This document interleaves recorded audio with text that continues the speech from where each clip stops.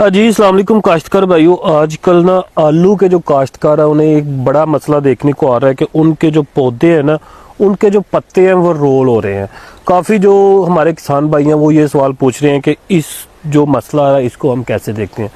तो आज हम इसी के बारे में बात करेंगे कि 4-5 जो इश्यूज हैं जिसकी वजह से जो आपके जो पत्ते हैं ना वो रोल हो सकते हैं।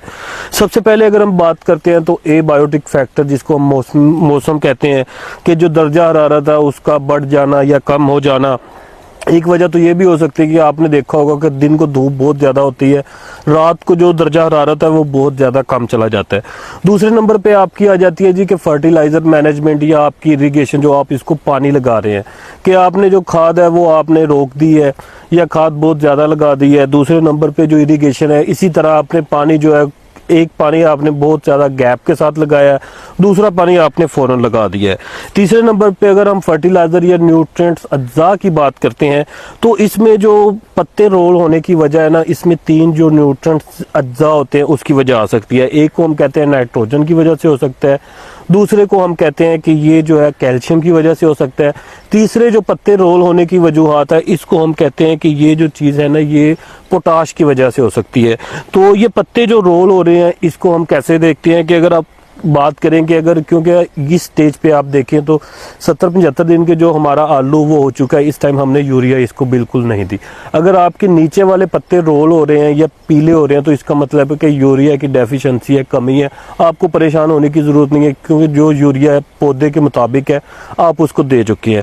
दूसरे नंबर पर अगर हम बात करते हैं कि आपका जो पत्ता है, पत्ता अगर आपको ये किनारी से रोल होता नज़र आएगा और इसके ऊपर थोड़े से स्क्रैचेस बने होंगे तो इसके ऊपर पोटाश की डेफिशिएंसी, पोटाश की कमी हो सकती है। तीसरे नंबर पे अगर आप देखेंगे कि आपके नए पत्ते रोल हो रहे हैं, नए पत्ते बिल्कुल इकट्ठा होकर रोल हो रहे हैं, तो ये क्या कहेंगे कि आपकी जो फसल है आप इसके ऊपर कॉपर का स्प्रे, कैल्शियम का स्प्रे करेंगे तो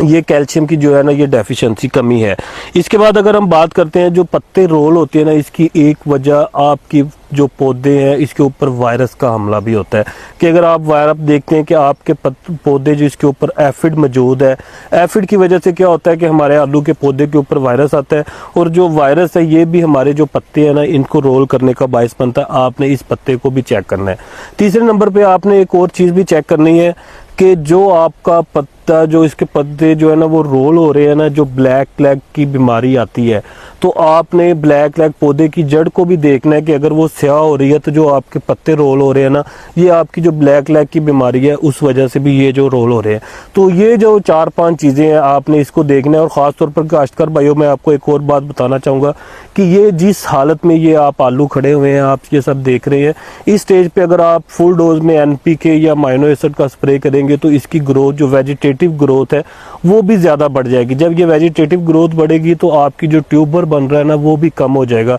तो अगर आपको रोलिंग का मसला आ रहा है, सबसे पहले तो आपने एफिड को देखना है, उसके बाद आपने ब्लैक लैग को देखना है, उसके बाद अगर आपको न्यूट्रिएंट्स की कमी नज़र आ रही है तो आपने एक मुनासिब सी मिकदार के अंदर इसके ऊपर आपने जो न्यूट्रिएंट्स है अज्जा उसका स्प्रे करना है, फुल डोज में नहीं करना, ताकि आपकी जो पौधे की ग्रोथ है वो भी ज़्यादा ना हो और आपको जो इशू आ रहा है वो भी आपका जो अच्छे तरीके से हल हो जाए। जी शुक्रिया।